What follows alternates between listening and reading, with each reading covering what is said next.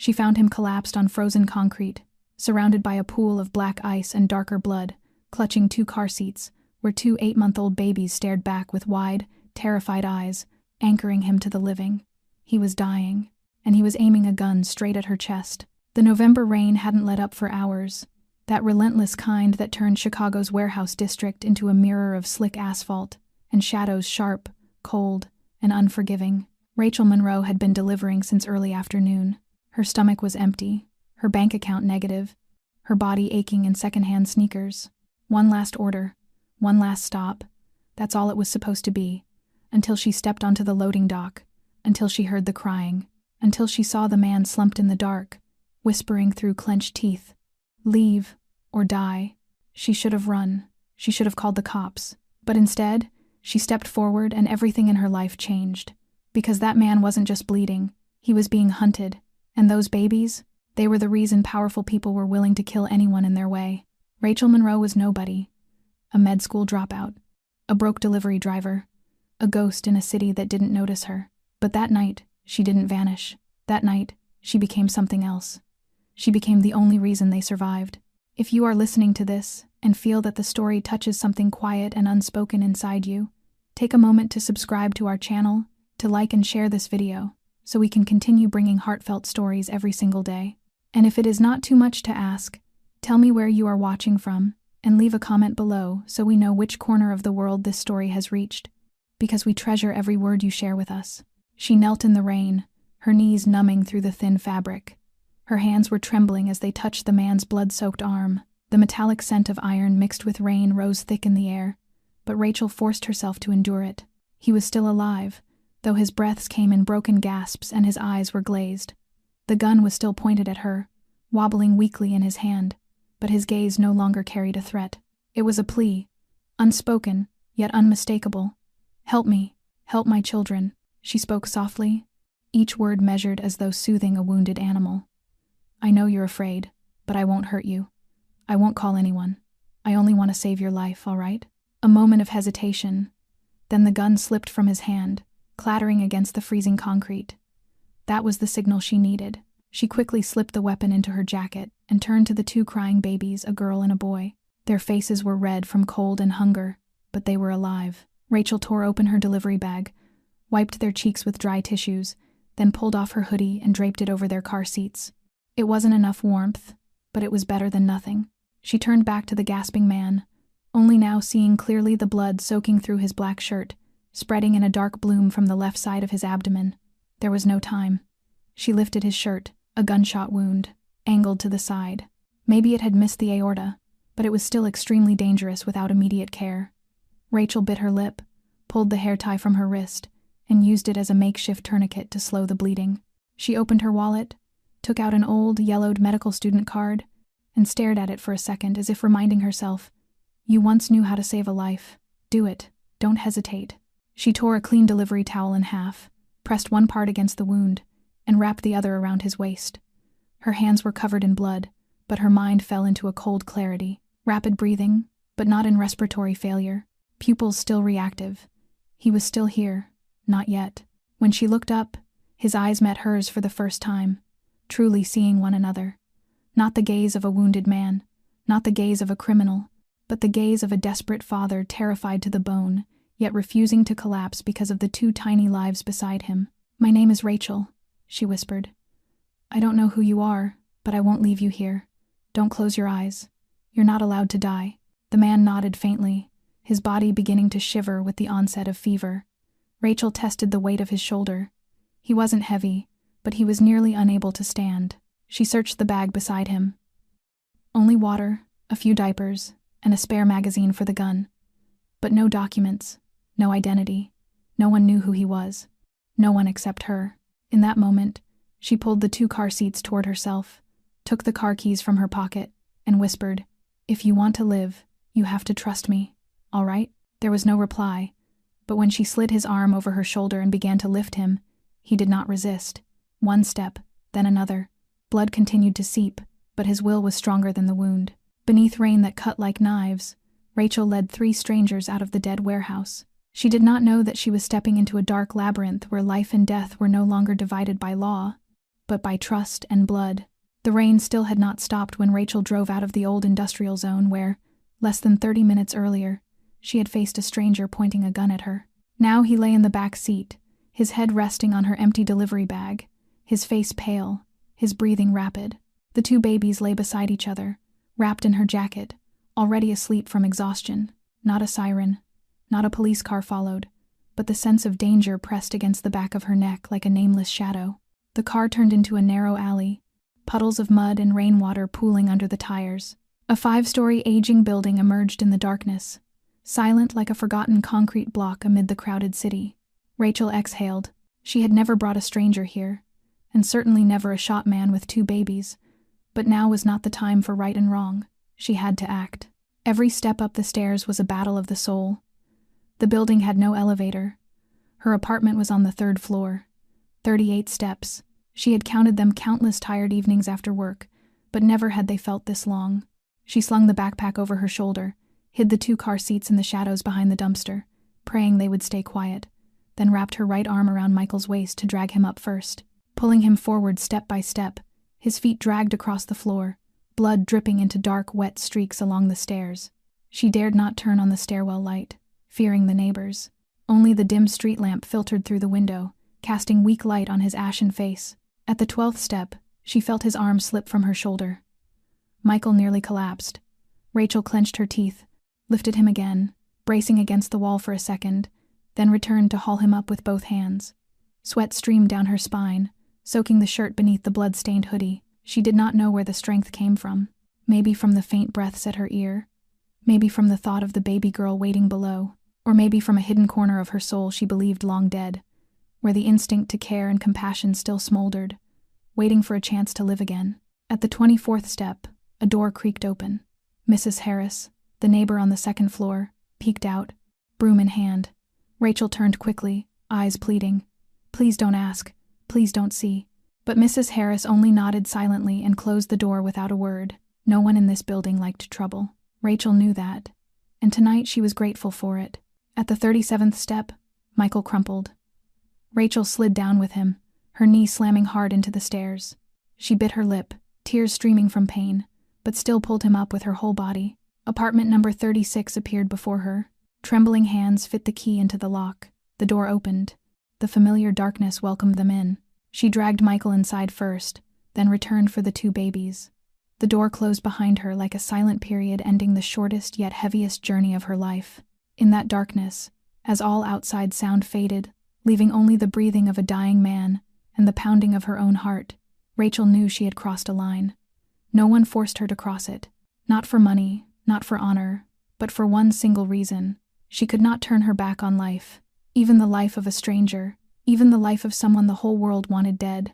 In the quiet darkness of the small apartment, only the ticking of the cheap wall clock and the weak breathing of the man lying on the old mattress against the wall could be heard. Rachel had pulled him inside less than half an hour ago, but it felt like a lifetime. She lit a small kitchen lamp, just enough to see without revealing light through the window. The 2 babies were laid in a laundry basket covered with a towel, sleeping fitfully but more peacefully than before. Rachel washed her hands in cold water, feeling the blood not yet fully dried on her skin. She took a clean cloth, dabbed warm water, and wiped Michael's face carefully. He winced, let out a faint groan, then opened his eyes. They were deep brown, holding a weariness too heavy to speak. Rachel sat beside him, her voice low and unhurried. "I need to know your name, at least so I can call you if needed." A moment of silence. He blinked slowly, his dry lips barely moved. "Michael," just one word, but in that instant, Rachel felt he had given her something deeply real. She nodded, placed her hand on his chest, feeling the heartbeat still slowing but steady. "And the babies?" she asked softly. Michael glanced toward the corner where Olivia and Noah slept. "Olivia is the girl, Noah is the boy," he said quietly, each word rising from deep in his throat. Rachel grew still for a moment.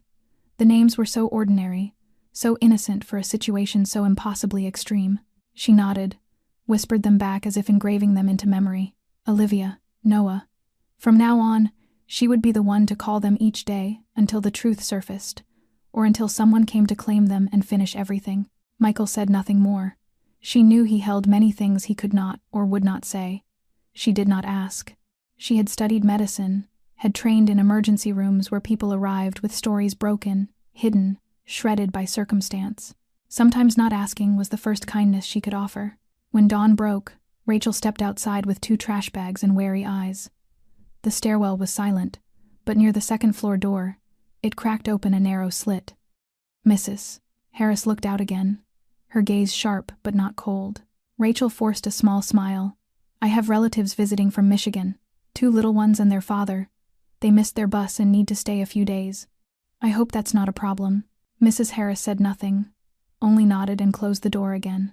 No questions, no probing, no calls. Rachel knew she was old-fashioned, had lived through wars, had buried a son not yet 20 to duty. She did not trust easily, but neither did she abandon easily. Back inside, Rachel mixed sugar water, fed Michael small spoonfuls at a time. He swallowed weakly, blinking up at her. She avoided his gaze. She didn't want him to think her kindness was pity. She did this because she needed him alive long enough to understand what was happening, and because deep in her heart she could not abandon a father holding his children in blood beneath cold rain.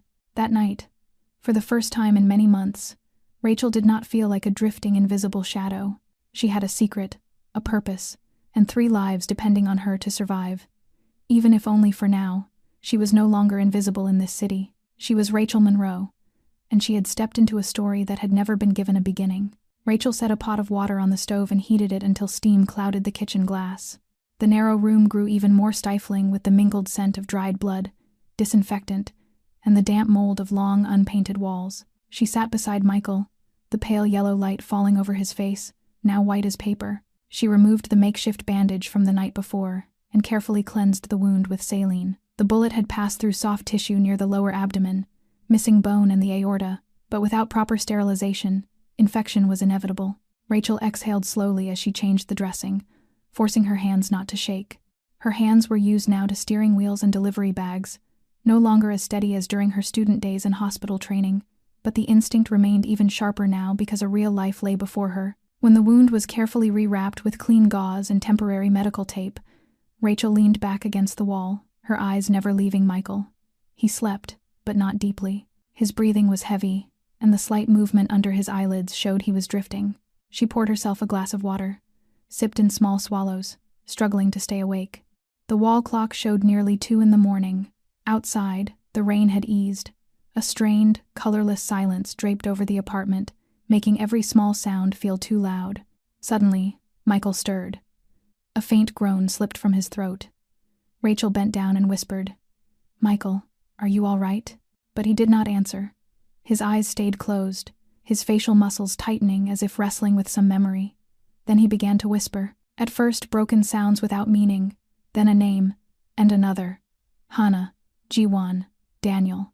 She did not know who they were. Friends? Comrades? Family? His voice caught with each name as if calling them from the bottom of a painful dream. Rachel took his hand, squeezed lightly so he would feel her presence. But Michael did not wake. He kept murmuring, now a string of numbers. 9, 16, 24, 143. She repeated them in her mind, memorizing every digit, not daring to write them down, not daring to ask. Then he repeated 3 words. Vault key, vault key. His voice broke, as if whispering to some hollow void carrying a desperate plea. Rachel felt goosebumps rise along her spine. She had seen enough documentaries and real-life stories to know those words were not meaningless delirium.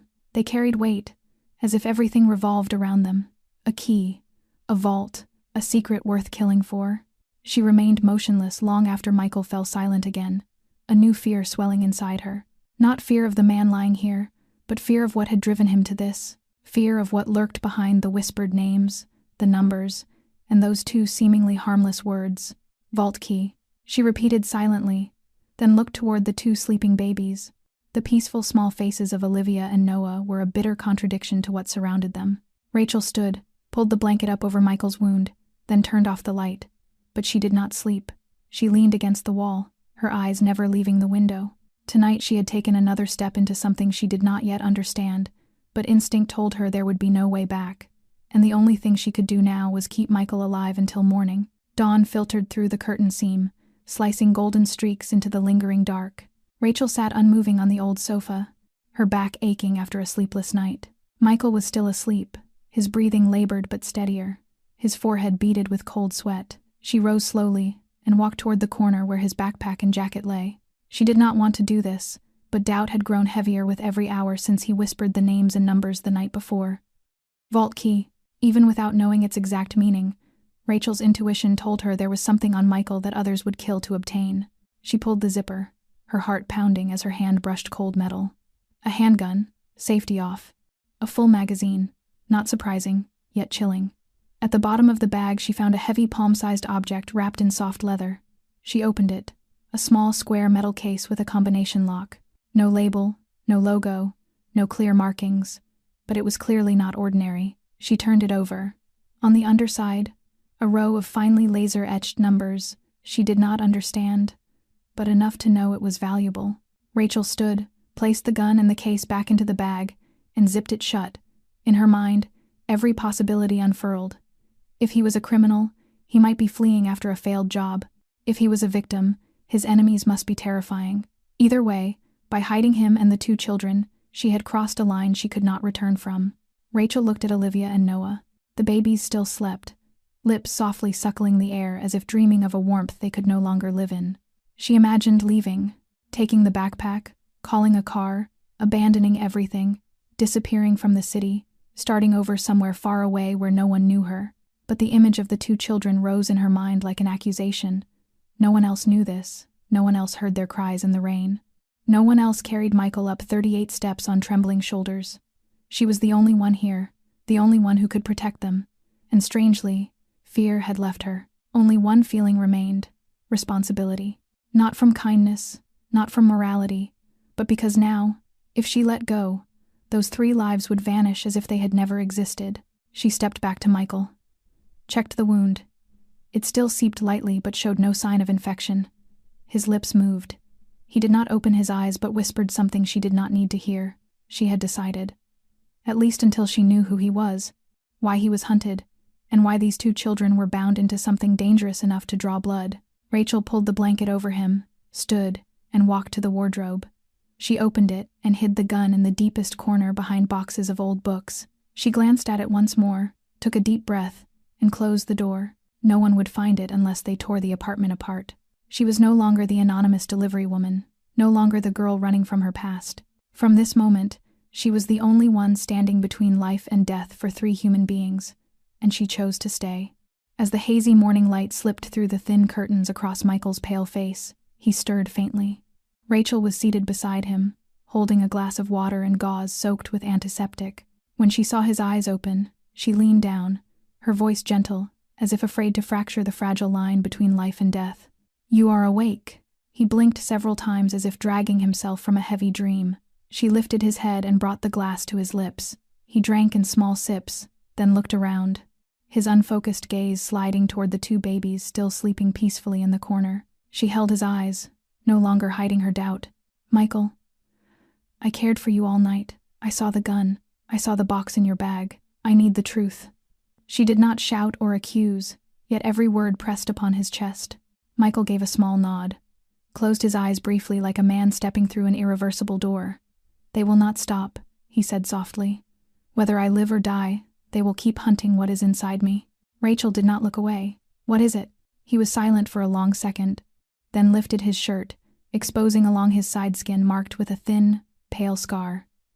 Beneath it, a faint blue light pulsed rhythmically from a subdermal layer. Not a tattoo, but a military-grade biometric chip implanted deep into the flesh.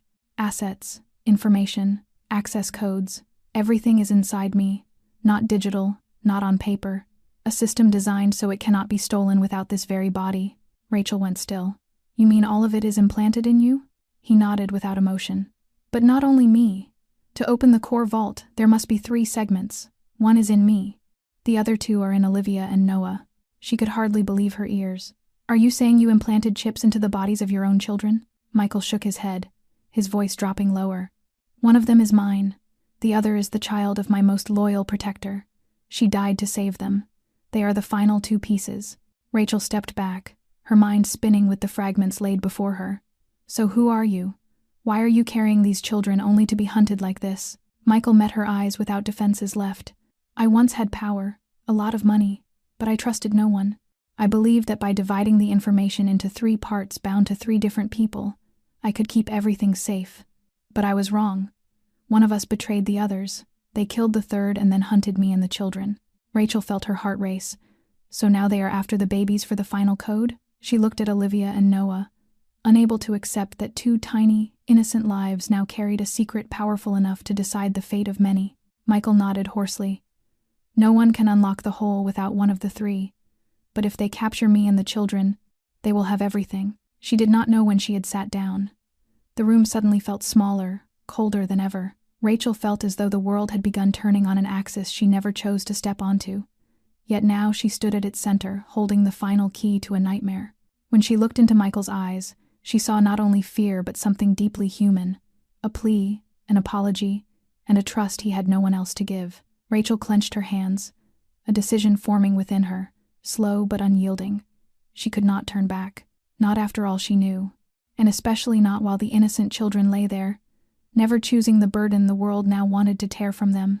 A light drizzle began to fall as Rachel carried Olivia up to the rooftop with one arm, while holding Noah securely against her hip with the other. She wrapped scarves around both children, pulled woolen hats snug over their heads, and spread an old blanket across the damp concrete so the babies could crawl and play safely. While she sat beside them, a gentle breeze carried the scent of wet earth and faint smoke from a nearby vent, softening the space with an unexpected calm. After days of strain and sleepless nights filled with blood and the labored breathing of a dying man, this was the first time Rachel felt peace. Olivia giggled when Rachel blew rain bubbles gathered in her palm, while Noah crawled to the edge of the blanket, reaching out to clutch fallen leaves in his tiny fists as if they were treasure. Those fragile sounds and instinctive gestures that any child might make sent waves through Rachel's heart. She looked into their wide, clear eyes, untouched by the dust of life, then lifted her gaze to the gray, cloud-covered sky. The fine rain did not soak her clothes, but carried a cleansing feeling, as if fear and chaos were being washed away. She closed her eyes for a few seconds, and memories surged back. The first day she stepped into a medical lecture hall with bright eyes, convinced she could save the world. The first real patient she ever touched. The first overnight shift with dark circles under her eyes and pride swelling in her chest. And then the call from the hospital telling her father had died from a sudden cardiac event no one could save. Her mother fell ill soon after. Debts piled up, and Rachel was forced to leave school to work multiple jobs. The years of hope crushed beneath bills, and a reality with no room for ideals. Rachel opened her eyes and looked at her hands, still the same hands that once trembled as she placed a stethoscope to a patient's chest.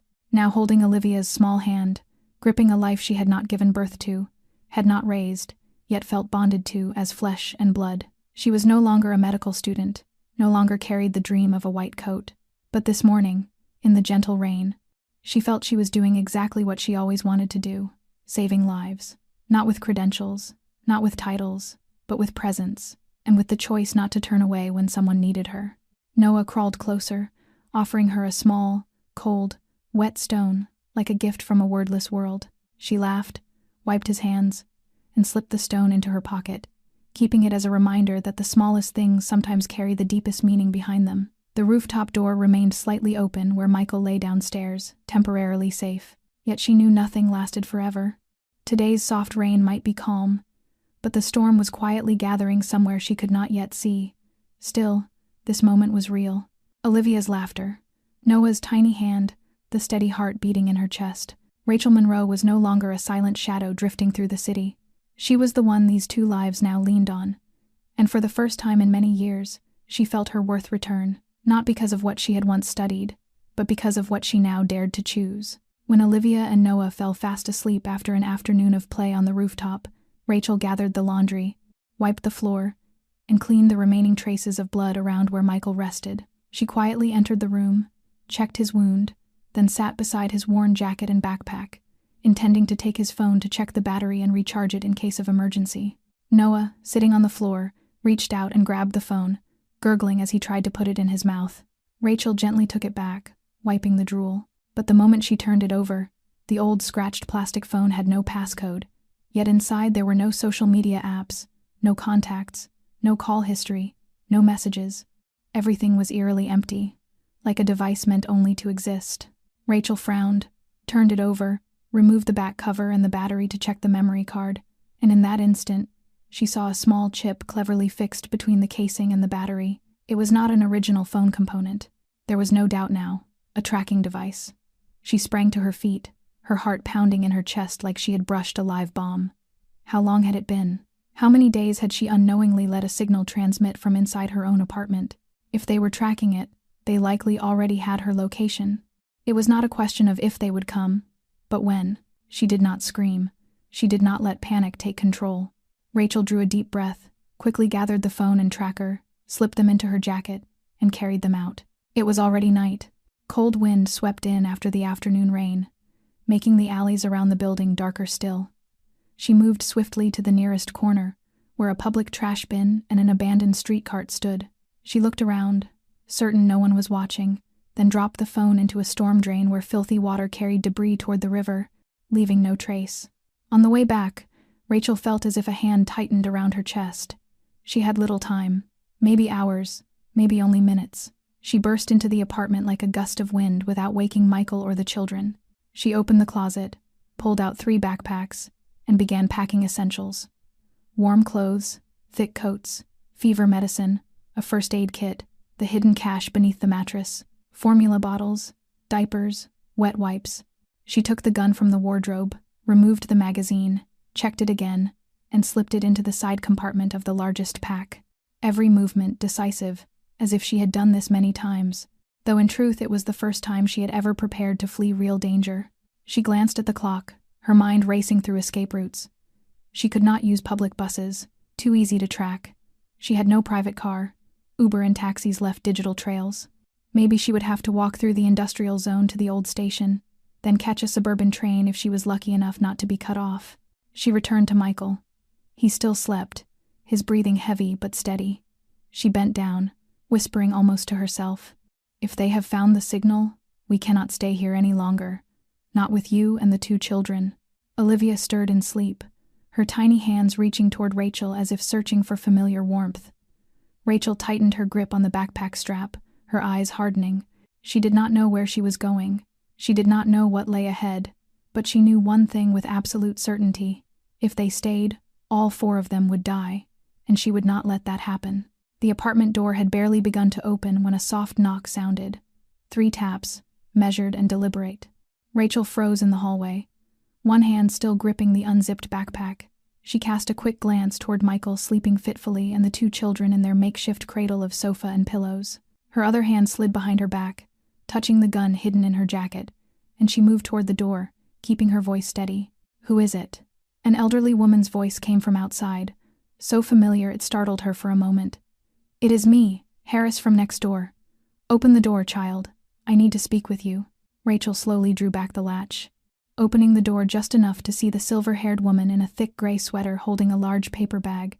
Her eyes were not sharp with interrogation but filled with a weary gentleness Rachel had not expected. Before Rachel could react, the woman slipped through the narrow gap and entered as if the apartment were part of the building she had every right to tend. She set the bag on the table, opened it, revealing a tin of infant formula, several packs of diapers, a jar of ointment, and 2 bottles of warm water. Rachel stood frozen, unsure what to say. Mrs. Harris looked at her, not with accusation, not with suspicion, but with something Rachel had not anticipated: understanding. "I saw your shadow last night leaving with that oversized coat. Your shape looked strange. Then this morning I heard babies crying. Did you think an old woman living alone like me would not notice?" Rachel opened her mouth to speak, but the woman lifted a hand, stopping her. "No need to explain. I will not ask who they are. I do not need to know what you are hiding, but when I look into your eyes, I know you are not a bad person. Bad people do not have that look when they hold a child." Rachel felt her throat tighten. For days she had braced herself to fight, to flee, yet she was unprepared for the sudden arrival of quiet kindness. Mrs. Harris pulled a chair close, sitting down, her gaze drifting as if searching old memories. "I once had a son. He went to war, died overseas in a nameless conflict. The day the death notice arrived, my heart was torn in half. And from that day on, I always wondered if someone had been closer to him, understood him better, could have hidden him, could have saved him. Would he still be alive today?" Rachel sat across from her, one hand resting lightly on the paper bag, her eyes wet. "I do not know what to say," she whispered. "You do not need to say anything. I will not tell anyone, but you must prepare to leave. My eyes are old, my ears are dull, but a mother's instinct never fades. Something is coming. Rachel nodded slowly. I know. I'm getting ready. Mrs. Harris offered a small, sad smile. When you need it, just knock 3 times. You need not speak. I will understand. Then she rose and walked to the door. But before leaving, she turned back, her eyes more solemn than before. Some people are born to run, and some are born to shield. I do not know which you are, but today you did not abandon those children, and for me, that is enough. The door closed behind her, leaving Rachel standing in the dusk-lit room, her heart beating not with fear now, but with something else quietly unfurling in her chest. Trust. Fragile yet real, and sometimes in this dangerous world, having just one person believe in you is enough to stand a little longer. Rachel pulled on a long sweater, drew the hood low over her head, and walked to the pharmacy near the residential block at dusk, when the streets were beginning to empty and the alleys sank into fractured yellow light. She could not risk calling for another delivery, and she could not allow Mrs. Harris to handle everything for her. Inside her shopping basket lay a list of essentials: antibiotics, bandages, multivitamins for infants, gentle formula milk. She moved quickly, her eyes flicking around with the instinct forged from sleepless nights. The shop was small, the cold fluorescence reflected off neat shelves. Rachel entered, lowered her head, and moved toward the rear where the pharmacy counter stood and where the cameras were least focused. She chose her items swiftly, her palms already damp. When she dropped a fever reducer into the basket, a voice behind her spoke softly yet clearly. Is your child running a fever? Rachel turned to face a woman in a long white coat, buttoned neatly at the collar. Her face was sharp, her brown hair cut at shoulder length, her voice gentle, as someone long accustomed to patient conversations. But what made Rachel shudder was not her appearance nor her calm demeanor. It was her eyes, a cold steel gray, staring straight into her without blinking. Oh, yes. Sometimes a light cough. I just want to be prepared, Rachel replied, gripping the basket handle tightly. The woman smiled. I am Dr. Vivian Kane. I work with the regional medical organization. If you ever need advice on childcare, I would be happy to help. Her gaze swept over Rachel and paused at her sleeve cuff, where a small frayed spot held dried blood Rachel had not yet noticed. Which area do you live in? Do you already have a family doctor? Rachel felt her body stiffen. Something was wrong. The voice was too smooth, too calculated, as if each sentence had been prepared in advance. I am fine. Thank you, doctor. I already have a physician. Rachel stepped back quickly and turned down the right aisle toward the checkout. When she glanced back, Vivian still stood there, not following, yet her eyes tracked every step without once looking away. On the way home, Rachel felt her heart pounding so violently she had to stop several times to breathe deeply. That name, Vivian Kane. She had never heard Michael mention it, yet her instinct told her that woman was not merely an ordinary doctor. It was not only the sudden appearance or the watching gaze. It was the artificial familiarity in every word, as if she had known Rachel would be there. Back in the apartment, Rachel said nothing to Michael. She went straight to the room, opened her old laptop, and resurrected the free security monitoring software she had once installed during her medical studies when she worked on a thesis about mental health and safety behavior. She took an old phone without a SIM card, connected a small webcam to the ceiling corner, another behind the bookshelf. No one would enter this place without her knowing. Not again. When everything was set, she sat alone in the dark, the glow of the computer screen reflecting her tense face. Vivian Kane, the name echoed in her mind like a warning. Rachel did not know who that woman truly was, but her intuition told her this was no coincidence. And for the first time, she felt she must be ready not only to run, but to confront. Because if death had once come silently to knock, now it had stepped into daylight wearing a white coat and a flawless smile. When night fell deep, and the apartment block lay so silent one could hear a pin drop, the faint sound of glass breaking from the kitchen jolted Rachel upright like a spring. She glanced at the computer screen showing the blurred feed from the ceiling camera.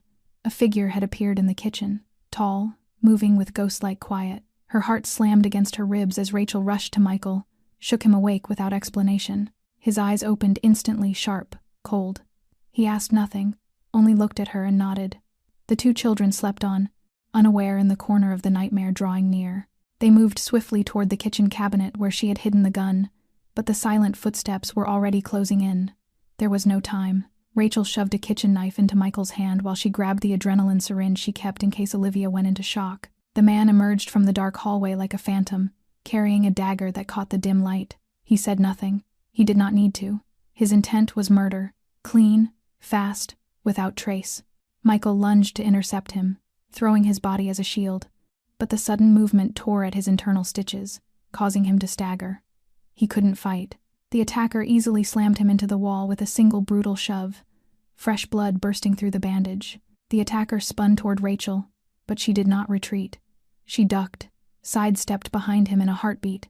With a reflex no longer born of classroom theory, Rachel drove the syringe into the back of his neck where the carotid ran closest to the skin. The adrenaline shock made him stiffen, his heart racing wildly into disorientation. Before he could turn, she seized the alcohol spray from the kitchen, blasted his eyes, then swung the metal pan hard against his skull. He collapsed onto the floor, convulsed twice, then lay still. Michael staggered closer, breathing ragged, eyes fixed on the attacker's face. He dropped to his knees, turned the man over, and froze as if time had locked him in place. Rachel, still trembling, drew shallow breaths, barely grasping what had just happened. It is him. I know him. This man was once the personal bodyguard of a council member. He is not an ordinary hired killer. If they sent him, every limit has been erased. Rachel clenched her fists and looked at the sleeping children. This was no longer intimidation or surveillance. They truly meant to end this. End them. Michael dragged the man into a hidden corner, bound his hands with telephone wire. Rachel locked the door, drew the curtains, cut all power to the apartment so no one would know they were still inside. Every movement unfolded in a silence that chilled the spine.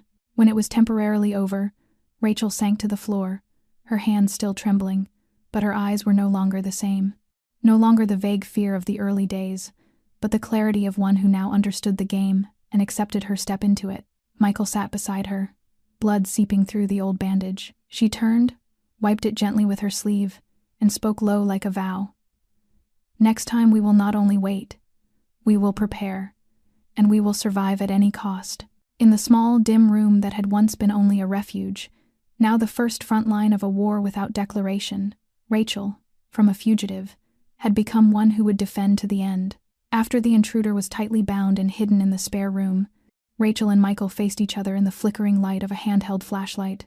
The air hung thick with the smell of blood, adrenaline, and lingering terror. Rachel rewrapped Michael's wound with a clean bandage, but this time she asked nothing. She knew he would speak when the moment arrived, and that moment came sooner than she expected. Michael stared into the empty space ahead for a long time, then spoke in a hoarse voice. "The woman you met at the pharmacy? Brown hair, gray eyes, claiming to be a doctor?" Rachel nodded, her gaze locked onto his face, searching for what he struggled to hide. "That was Vivian, my former wife." Rachel froze, her hand stiff midway through the bandage. Michael continued, his voice growing heavier as if digging through buried layers of memory. 3 years ago, there was a private flight from Korea to Canada carrying several senior council members and their families. Vivian was on that plane. It sent a distress signal, then vanished from radar. Debris washed up along the Alaskan coast. There were no survivors. We held a memorial, built a false grave. It took me more than half a year to stand again. "Yet she is alive," Rachel whispered. "Not only alive, she orchestrated the betrayal. It was Vivian who fed the council the roots, framed the accident, then returned from the shadows, planting operatives, disabling layers of security." Rachel leaned back against the wall, her mind reeling. Everything she had sensed about Vivian, the sudden appearance, the cold gaze, the unnatural speech now aligned with terrifying logic. But why? Michael clenched his fist, his teeth set as he crushed the words. "Because of power. She always believed I was too soft, too bound by ideals. Vivian wanted to restructure the council, purge the weak, and rebuild a harsher empire. For 3 years, she operated from the shadows, using the world's most advanced decryption algorithms to try and crack the vault. She believed she could bypass the biometric requirement with code alone, but she failed. The system I designed rejected every digital attempt. That is why she has surfaced now. She realized she cannot steal the power remotely. She needs the physical keys. She needs the access codes that cannot function without me and the 2 children." Rachel glanced at Olivia and Noah, curled in the corner beneath their blanket like 2 small angels, unaware they were the key to a blood-soaked clandestine war. She said softly, "Is she their mother?" Michael nodded, his eyes thick with pain. "Vivian was pregnant when we separated. I only found out after she disappeared. Months later, the council brought Olivia to me, claiming she was her last legacy. But Noah, he is not Vivian's. He is the son of my head of security. She was the one who found where the council hid Olivia. She took a bullet meant for my daughter, shielding Olivia with her own body while clutching her own newborn son, Noah. She died saving my child. I adopted him that night to honor a blood debt. No one knew the truth until I decided to engrave the new biometric codes integrating 3 parts: me, Olivia, and Noah. She could not access the system without all 3. Rachel felt ice crawl along her spine. Now everything was illuminated like a flare in darkness. Vivian had not only betrayed her former husband, she had returned silently, wearing the mask of a humanitarian physician to approach those she once abandoned. A ruthless game. And now she was tightening the net step by step. Michael lifted his head, his eyes red with anguish. I once loved her more than myself, and now she is the reason people die, the reason I sit here with a wound that almost killed me, and 2 children who were almost taken. Rachel grasped his hand, not in comfort but in understanding that some pain cannot be healed, only shared within the dense darkness of truth. At least they still had each other, and once the truth stood bare, there was no retreat. Only one direction forward, to end everything. The phone rang in the dead of night, snapping Rachel awake. Her hand reached for the device on the table. The screen displayed an unknown number and a message that struck like a blow. You are being watched. Trust no one. This is Ryan. Rachel went numb. That name. Ryan Monroe. Her brother vanished without a trace 3 years ago. Every investigation concluded he was dead, that his body might never be found. And now, amid lethal pursuit and betrayal, that name surfaced like a voice from beyond the grave. Her hands trembling, Rachel typed back only 3 words. Where are you? 1 minute later, coordinates appeared with a warning. Alone. Do not bring your phone. She bit her lip and looked at Michael, asleep in the chair with the 2 children curled in his arms. Reason told her not to go, but her heart would not let it pass. She left a handwritten note, switched to a different SIM, and slipped into the night filled with fear and a thread of fragile hope. The meeting place was an old riverside warehouse where they once played as children whenever their mother took them to visit relatives. The rusted iron door stood ajar. Rachel entered, her heart pounding under flickering ceiling light. A man stepped from the shadows. He was thinner than her memory, his hair longer, his eyes carved by years of tension and pain. But it was him. It was Ryan. Rachel whispered his name. Tears surged uncontrolled. Her brother, flesh and blood, stood before her, yet there was no time for tears or reunion. Ryan seized her shoulders, his eyes urgent. You must leave Michael immediately. You do not understand what you are being pulled into. Rachel pulled free, shaken and wary. I know everything. I know about Vivian, about the council, about the biometric codes. I am not blind anymore. Ryan exhaled. His gaze waited. You know only part. I have lived inside it for 3 years. I did not disappear. I was captured, forced to work for them as an inside agent. If I did not comply, they would kill our entire family. Rachel felt as if ice water had been poured down her spine. She staggered back, struggling to comprehend. You work for them? Ryan shook his head. No, I work for our family, but I had no choice. They are not ordinary Mafia, Rachel. They are a system. They control data, currency, identities of millions. And what they need is not only Michael's codes. They need stability, and you are the variable they cannot control. Cold wind brushed her neck. A shiver ran through her bones. So why do you come to me? To save me or to lure me into a trap? Ryan met her eyes without flinching. I came so you would know the truth. Vivian wants to erase the old system and raise a new dominion. Vivian thinks she has won because she controls the council, but she fears this. Ryan pulled a small, blood-stained black drive from his pocket and pressed it into Rachel's hand. This isn't just a key, Rachel. It's a biometric kill switch. It targets the specific frequency of the chips inside Michael and the children. If you activate this, it doesn't just erase the data. It burns the chips out. It destroys the only thing Vivian wants. Rachel stood silent, feeling the cold metal in her palm, realizing her brother had just signed his own death warrant to give her a fighting chance. She knew she could not turn back as before, but now there was another choice: to stand still and be devoured, or to move forward and shatter the game they had all been forced into. When she left the warehouse, there were no tears left on her cheeks, only resolve in her heart. Blood and betrayal had written this chapter, but the rest would be her choice, and she would not let anyone write it for her again. Rachel left the warehouse with Ryan in silence. The two siblings moved quickly through the damp alleys, drowned in the dim glow spilling from the windows of the old industrial zone. The scent of machine oil and rusted metal mixed with steam rising from the rain-soaked pavement. Neither of them spoke, but both knew time was running out. Rachel clenched her phone in her pocket, her heart burning with the urge to rush back to Michael and the two children. Ryan scanned their surroundings like a seasoned wild animal, his eyes cutting through every shadow, every crack in the dark. As they neared the turn leading back toward the apartment block, he suddenly halted, lifting a hand to stop her. In the same instant, the headlights of a black car rolled into view without high beams, without plates, stopping at the mouth of the alley. The door opened and 4 figures stepped out in silence, moving toward them. One carried a suppressed gun, walking with terrifying precision. Ryan shoved Rachel behind a large trash container and whispered for her to run. Right now. She grabbed his arm in panic, refusing to leave him, but Ryan had already drawn a small gun from the back of his waistband, loading it so fast she could not react. He charged forward, firing wildly, shouting to draw all their attention. A bullet tore through the air, striking the brick wall beside Rachel's head. She fell hard against the metal bin, her shoulder bursting with pain, blood seeping through her clothes, yet she forced herself to look. Ryan realized they were pinned down. He looked at Rachel, his eyes clear and calm for the first time in years. Go. Take the key to Michael. Don't look back. Before she could scream, Ryan broke cover. He charged straight at the shooters, firing with terrifying precision to draw their aim away from the shadows where Rachel hid. One attacker dropped, then another, but Ryan's body jerked violently as 3 bullets found his chest. He didn't fall immediately. He stood his ground, a human wall blocking the alley, buying Rachel the precious seconds she needed to vanish into the dark. As the last attacker advanced, raising his weapon toward her, another shot rang out from the far end of the alley. Michael appeared in a long rain-soaked coat, his face bruised and bloodied but his eyes sharp as steel. The bullet slammed into the man's chest, hurling him backward. Rachel surged to her feet and ran to Ryan.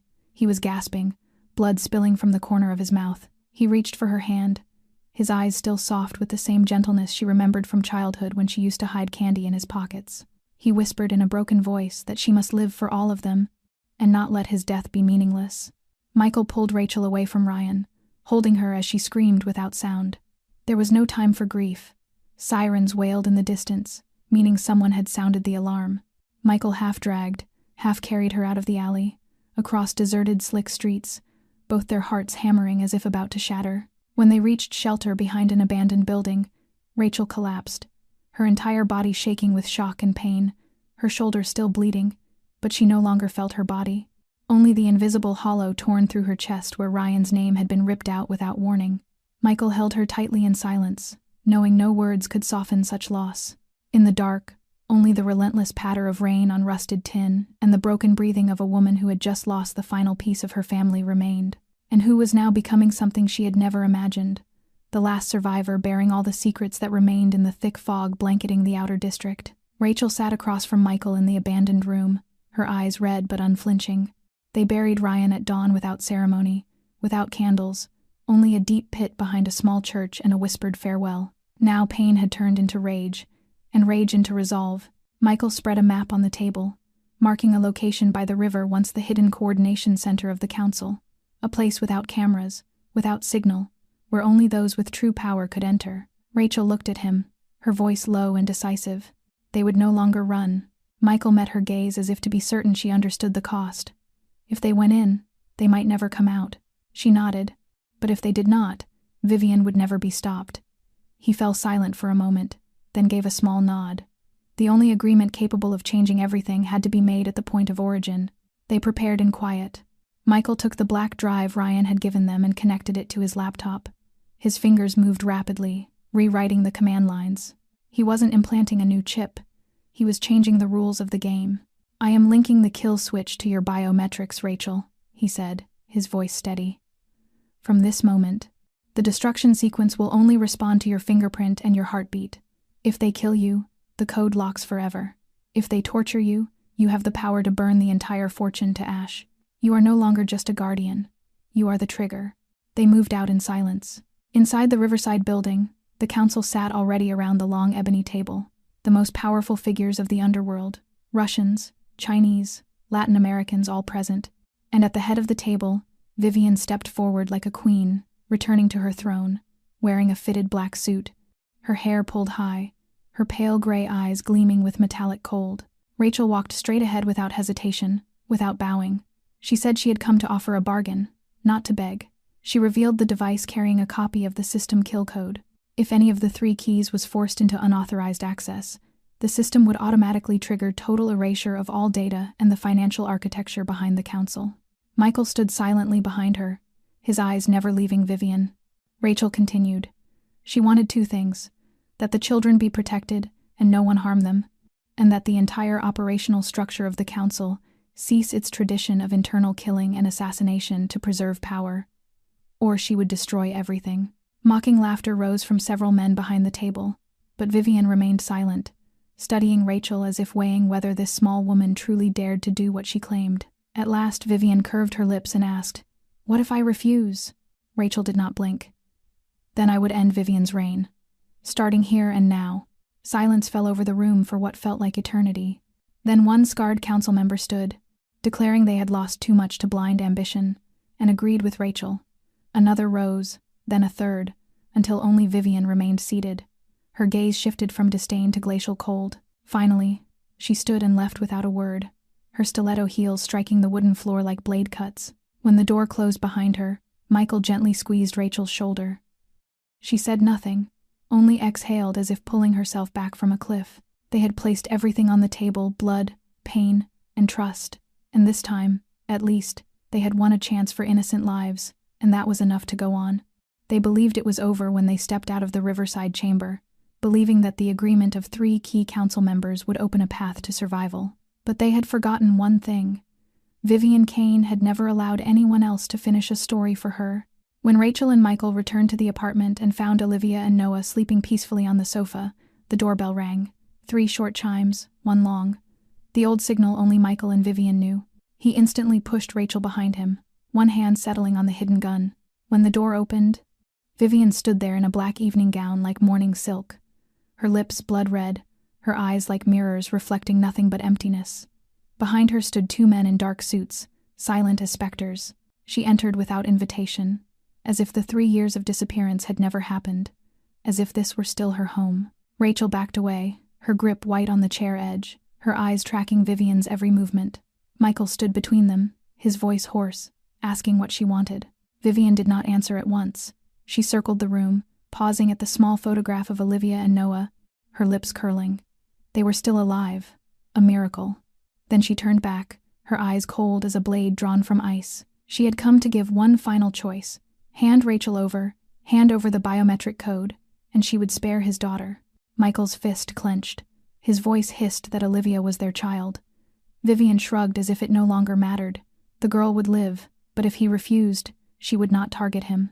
She would erase everyone who had helped him, the old neighbor, the doctor who stitched his wound, and then she would come for Rachel, starting with her eyes, then her hands, and when Rachel no longer recognized herself, she would make Olivia watch. Rachel stepped forward, her voice calm beyond expectation, asking why Vivian hated her so deeply when she had stolen nothing and was only a delivery woman who met the wrong people at the wrong time. Vivian tilted her head, her steel gray eyes flashing. "Because you are no one at all, with no roots, no power, nothing worth protecting. And yet Michael had chosen you over me, and someone like you is not allowed to win." Michael moved fully in front of Rachel, warning her not to touch her. Vivian cut him off coldly, asking what he would do. Kill her again? He had already killed her once when he abandoned the council, when he took the children and carved the codes into flesh without permission, and all she had left to do was live and take back everything. The air grew thick as lead. Michael exhaled and stepped slowly toward Vivian, saying clearly that he had once loved her, and because of that, he had not killed her when he discovered her betrayal. But now, there was nothing left. No apology, no second chance. If she touched Rachel or his daughter, he would end everything, including himself, and drag her with him. Vivian studied him for a long time, her smile fading. At last, she motioned for the 2 men behind her to retreat. She stepped backward toward the door and paused, her eyes locking on Rachel. She told her that she believed Michael would always choose her, but Vivian did not need to be chosen. She took what she wanted, and next time, she would not knock. Then she vanished into the corridor like darkness withdrawing, leaving behind a room heavy with the cold gunpowder scent of a vendetta not yet ended. Deep beneath the earth, The underground chamber echoed with hurried footsteps as Rachel half-carried Michael, supporting his heavy weight as they limped into the hidden headquarters through the old sewage tunnel. His face was gray with pain, each step leaving a trail of dark drops behind them, leading from the abandoned harbor. There was no more time. Vivian had erased all traces and convinced what remained of the council that she alone was ruthless enough to restore order. But Rachel had not come here to beg for mercy. She had come to end it all. The narrow, frozen corridors, bathed in flickering fluorescent light, turned the space into a living labyrinth where death could be waiting beyond any corner. Michael signaled her to stop when he spotted 2 guards ahead. He crouched, drew his silenced weapon, and motioned for Rachel to shelter behind a concrete pillar. Her heart raced wildly as she gripped the small gun Michael had given her earlier. She had never fired a weapon, never held another human life in her hands. She had touched the failing hearts of dying patients in emergency rooms, placed breathing tubes into convulsing bodies, but never faced a decision as final as this. Michael moved first. 2 clean shots, and they advanced deeper to the central room where the data system and biometric codes were being manipulated. And there Vivian stood in the center of the chamber. Behind her, Olivia and Noah were bound to 2 small chairs, their mouths gagged. She wore a gleaming black suit, holding a remote with a destruction chip embedded. Her eyes locked on Rachel, and her lips curved in a pale smile. She said she had warned she would no longer knock at the door. Michael raised his gun, but from the left, a subordinate rushed him out of nowhere, throwing him to the ground, his weapon skidding away. Rachel screamed, and instinct surged through her. She lifted the gun, aimed at the man raining blows onto Michael. She had never pulled a trigger before, but in that moment she did not think. She only saw blood at the corner of Michael's mouth, and the distant glaze of pain in his eyes. Her hand tightened. The shot thundered through the sealed room like lightning in a clear sky. The attacker fell. Michael gasped, staring at Rachel as if seeing her for the first time. Vivian's eyes flared with rage and shock. She had never imagined that the small, fragile, impoverished girl she despised could choose to end a life to save the one she loved. Rachel stepped forward, still aiming at Vivian, her body trembling, but her voice steady. She demanded the children be released immediately. Vivian laughed coldly, asking if a single bullet could truly defeat her. Rachel did not answer. She pulled the black drive from her pocket, her thumb hovering over the sensor. The small device hummed with a faint red light, syncing with the frantic heartbeats in the room. "You want the codes inside them?" Rachel's voice cut through the air, cold and final. "This drive is linked to my pulse. If I press this, or if my heart stops beating, it sends a high-voltage signal to all 3 chips. It won't just erase the money, Vivian. It will cook the chips inside their bodies instantly. You won't get an empire. You'll get 3 corpses and $0. Do you want to test me?" Silence hung heavy in the room. The choice was absolute. Victory or total annihilation. Vivian took a step back. Michael rose beside Rachel, blood still seeping from his mouth. Olivia and Noah whimpered softly, as if sensing their parents near. Rachel moved to untie the children. Vivian lifted the remote, but Michael drew a backup gun from his ankle and aimed it at her chest, telling her it was over, that she had lost. Not for lack of power, but for lack of heart. Vivian stood frozen, watching the screens turn red as the system purge began. She did not smile. She did not walk away. A look of pure madness fractured her mask. "You think you can erase me?" she screamed, lunging not for the door, but for the main server console. She began frantically typing, trying to override the destruction code. "I built this. It is mine." The cooling units exploded, raining sparks and fire onto the ebony table. Michael grabbed Rachel and the children, pulling them toward the exit. "Vivian, run! The room is collapsing!" Rachel shouted, a final mercy. But Vivian did not look back. She was fixated on the screen, clutching the digital remnants of her power as the ceiling gave way, burying the Queen of Shadows beneath the burning weight of her own ambition. Rachel gathered the children into her arms, feeling her shoulders bear a weight heavier than ever yet steadier than ever before. For the first time in her life, she had not been swept along by someone else's current. She had chosen. And because of that choice, 1 man lived, 1 was saved, and 2 small lives still breathed.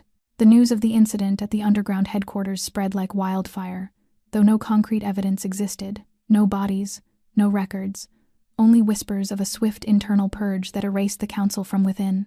Its remaining leaders either fled or erased themselves from the map of shadow power. Vivian Kane was never seen again. When the fire crews finally cleared the ruins of the Riverside headquarters, they found a body near the central server, hands still clutching the melted mainframe. Though no one confirmed it officially, Michael knew the end had come.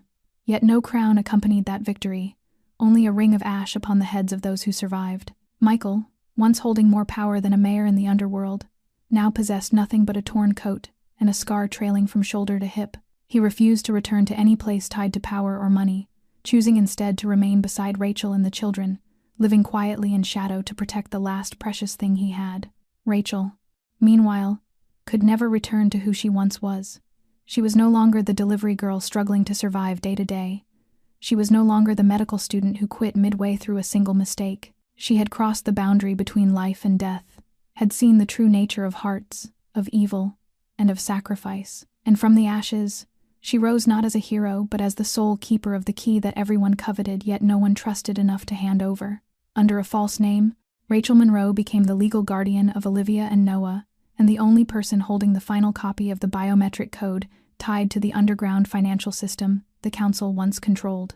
No organization dared touch her, for all understood that if she vanished, the entire code would vanish with her, and no one wanted to rekindle the ashes of a fire that had burned an entire dynasty. In the eyes of the underworld, she was the ghost of the old era. In the eyes of those who knew the truth, she was a symbol, a crownless queen of a silent world. Yet to herself, she was only Rachel, the woman who once trembled at the muzzle of a stranger's gun in a rainy night. And now, that same man was cooking breakfast in their small kitchen while two children giggled over the last pancake. She watched them. Noah's unruly hair, Olivia's sleepy eyes, and Michael's rough hands sneaking extra chocolate onto her plate. She needed no title, no credit. What she held now was life, was love, was choice. She had once been no one. Now she was the reason they breathed. And for her, that was enough. 3 months passed since the fire went out in the heart of the underground, since the Empire of Shadows was buried beneath the ashes of ambition and betrayal. Chicago remained as cold as ever, but in a small corner of the Riverside Park, 4 people now lived an entirely different life. Rachel sat on a stone bench beneath a maple tree just beginning to turn gold. The light breeze lifted the loose strands of hair across her forehead. Before her, Michael guided Olivia and Noah as they took wobbling, unsteady steps across the grass. Their laughter mingled with birdsong, children's play, and the distant hum of passing trains. Everything felt peaceful. She lifted her hand to shade her eyes, never looking away from the scene. Once she had believed she would never again know a moment like this, a day where everything was simple and pure. Rachel had once been no one, an invisible girl in a city blazing with lights yet cold as stone, someone unchosen, unrecognized, unprotected. But then she stepped into the life of a dying man with 2 children in his arms, and instead of turning away, she stayed. She was not a hero. She was only someone who did not turn her back, and that alone created everything. Michael looked up at her, offering a small, warm, grateful smile. Olivia toddled to her, wrapping her arms around her legs, asking to be held. Noah laughed, waving a new toy he had found beneath the bench. Rachel bent and kissed the little girl's forehead, her heart filling with a quiet peace she had never believed would be hers. I was once no one, but now I am the reason they breathe. Each of us has moments that seem small yet carry the weight of an entire lifetime. One brave choice, one step forward instead of back, one hand held in the dark. This is not a miracle, it is humanity. And sometimes, simply by not turning away, you achieve something greater than heroism. Rachel's story is not a fairy tale dream. It is a living cut of truth, of survival, of choice, and of the value of a heart that refuses to surrender. And you? How do you feel hearing this story? Have you ever stood before a choice where one step could change your life forever? Share your feelings, thoughts, or your own story in the comments below. We would truly love to hear from your heart. If this story moved you, please remember to subscribe, like, and share the video to spread these human messages to more people. Every day we bring stories that touch the heart, awaken reflection, and inspire a beautiful, honest, and kind way of living.